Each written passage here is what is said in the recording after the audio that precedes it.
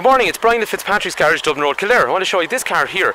This is a brilliant sport blue Honda Civic, and it is a 1.6 DTEC turbo in diesel. The car, as we were saying, is a Smart Plus specification overall, which means that I suppose that is the middle of the road specification. What we usually find on Honda is the middle of the road specification probably represents the best value for money overall in terms of the price of the car versus what you're actually getting on it. Brilliant Sport Blue is a really popular colour. It is a colour that is, we find it extremely popular second-hand overall.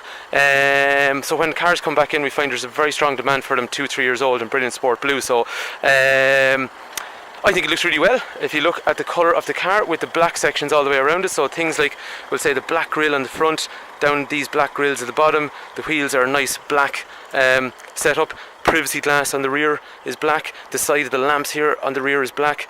The rear grills down along here with the diffuser down along the bottom, all black. So it comes together really well in that kind of black and blue.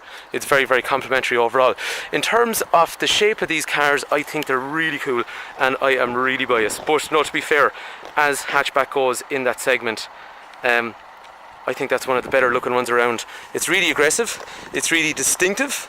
If you want a car that's going to be, I suppose, and I actually promise you, I'm 100% sure, so other people must like it, because every time I pull up in a petrol station in a car like this, or we'll say any of the range in the new model Civic, people always stare at them, like everyone, and it doesn't matter what age they are, it always catches people's eye, so it's distinctive. So if you want something that's a bit different, this is definitely a car that I would strongly consider overall. And the great thing about them is they're economical, so you're up to kind of, I suppose, this engine came out in 2013, promising 78 miles per gallon. Realistically speaking, most normal people are into around the 60-65 range, but that's quite easily they were doing that, which means we'll say cars that are promising 60-65 probably aren't doing that. So it was definitely one of the most frugal in the market. And the nice thing about it was, though, it actually had a bit of power. So when you put your foot down, it was actually fun. 300 Newton meters of torque, and still remains, we'll say, what you call 120 horsepower in this current most efficient, cleanest, most up-to-date, emission-friendly variant. So there's plenty of cars out there, we'll say, in this segment, and yes, some of them sell big volumes. Civic is more niche, but that's what's nice about it. It's a little bit different. So if you want something that's a bit different, something that kind of stands out but still looks nice and is well equipped, I cannot recommend these cars enough. In terms of power, as we were saying, good get up and go. It's an enjoyable car to drive. Like me, there's other competitor cars that we do sell, and even ones we sell ourselves. Things like i30's 110 horsepower. Things like, we'll say, Toyota Auris is about 90 horsepower in diesel. Standard Golfs are 105. Yes, there is further versions you get up, but this is standard 120. So you can go up into different segments and pay more in some of the other brands. This is standard 120 horsepower. So anyway, in terms of the car, it's belonging to ourselves. There's a big discount on the car from brand new, so you'll see that on the site. In terms of, we'll say, features, starting off, there is a front fog light down here, and then this section here houses, there's basically a camera and a radar, which is going to look forward. I'll tell you about all that in a minute. It's to do with safety. Lots and lots of safety features on it. Those headlamps, as you can see there, they have a big parking light down along through here, which is also a daytime running light, depth headlight in here, full headlight up through there. After that then, I love this side marker along through here. It kind of reminds me of, I always liked it on Volvos actually over the years. I always thought it was really kind of classy looking. The car, as we were saying, has a nice diamond cut alloy wheel. This one's just back off the fleet, so it hasn't been cleaned, but you see the nice shiny effect that's on it. Down the side of the car, there is a nice chrome trim around the windows. Parking sensors, as we said, were standard on the front of the car. Parking sensors are standard on the rear of the car. After that then we have LED lighting all the way around the back. And one thing I do find in these cars, when you come up behind them, the profile of those lights at night time, they're really wide, so it really stands out. You know you're behind a Civic when you come up behind one, but when you're passing one, we'll say on a motorway, you kind of get this kind of view along through here, and I just think it looks really well. So coming down here and just a little side marker up the front, all very cool. Some people probably think I'm mental the way I'm going about them, but I think they're really cool looking. Up through here, the air gets channeled along this colour-coded spoiler down through the bottom and out through there, and then underneath they have got a flat bottom And the idea with the flat bottom is obviously to channel air past the bottom of the car in the most efficient way possible. The boot is gigantic in these. I brought one of these on holidays twice actually now, last year and this year, and the amount of stuff that you accumulate on a holiday, which is pretty useless stuff, but the great thing about these is look at the amount of load area you get. So I'm just going to open that up. Look at the amount of load area that you have in through there. It is just fantastic to put all your stuff in through there, and then we'll say, oop, I didn't retract that properly, and then you can put your tray cover over your stuff and it's still all protected. And then in terms of privacy, you have this here, and remember those windows are all privacy glass anyway, and the boot is still massive, and even if you leave that there, it's still a large area, so all good that way. You got two handles for closing down. In through here then, that's got a nice blue whitey blue kind of number plate light, so it just gives it that nice executive look. In terms of the rear of the car, so as you're saying, privacy glass, but when you open it up, it's hard to see in but easy to see out. Tri-locks, electrics for windows. The seats have three 3-point safety belts, 3 head restraints, big armrest in the centre which is retractable, and room. I would sit in a car like that. So if I'm 6 foot, it's really soft armrests actually, it's really soft. So I've got headroom here, and I've got loads and loads of legroom over there, so all good. Tweeter in through here, and then speaker down through there, so 8 speakers set up on the radio. In terms of the front, there is usual things like electrics for windows and mirrors. They are retractable in through there as well. And then we'll say in terms of automation actually, headlights are automated. What I mean by that is, well, a couple of things actually. If I lock the car first of all, actually, well, a couple of things. From the key, I can hit my unlock button here. If I watch my windows on the left hand side, see the way they've dropped down?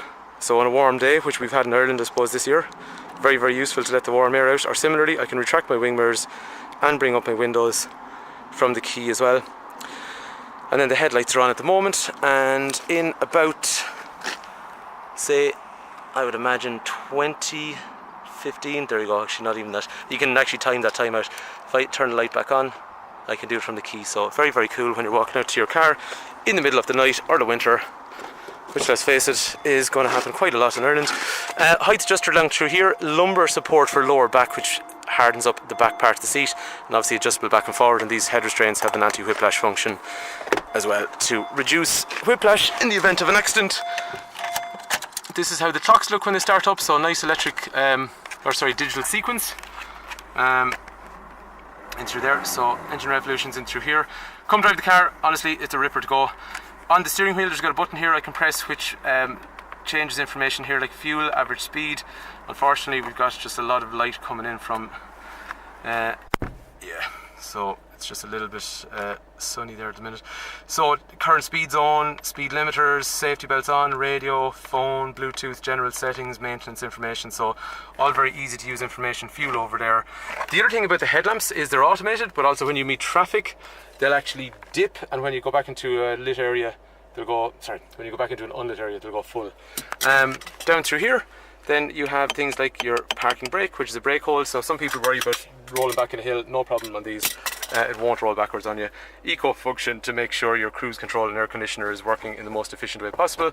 Gear stick is lovely, small short throws, very, very nice to use. After that then, in terms of the dash, if I press this over here, which is my home screen, oh, I've gone and restarted it. Okay, I'm going to have to get that set up again. Sorry, what we did was when the car came in, I put it into an update anyway. I need to put it back onto me. Anyway, I'll show you that in a minute. Is the reverse camera going to work on that for the minute? Yes, it is. So basically, as you see in through there, reverse camera has different stages, and what it's going to do then is left and right, giving me trajectory and all that kind of stuff as well. Climate and heating and stuff like that in through here. I think I got to hold that down and restart it. There you go. Sorry, it's just a reset basically on them. So that is starting back up. That's fine. So climate in through there. Slow down. Air conditioning on or off. How you want the air to blow, and then usual demisters front and rear. Passenger side temperature, driver side temperature. Back in here then is also giving you things like Garmin navigation. Oops. Learn to press the button properly. So Garmin navigation in through here, so all very easy to use.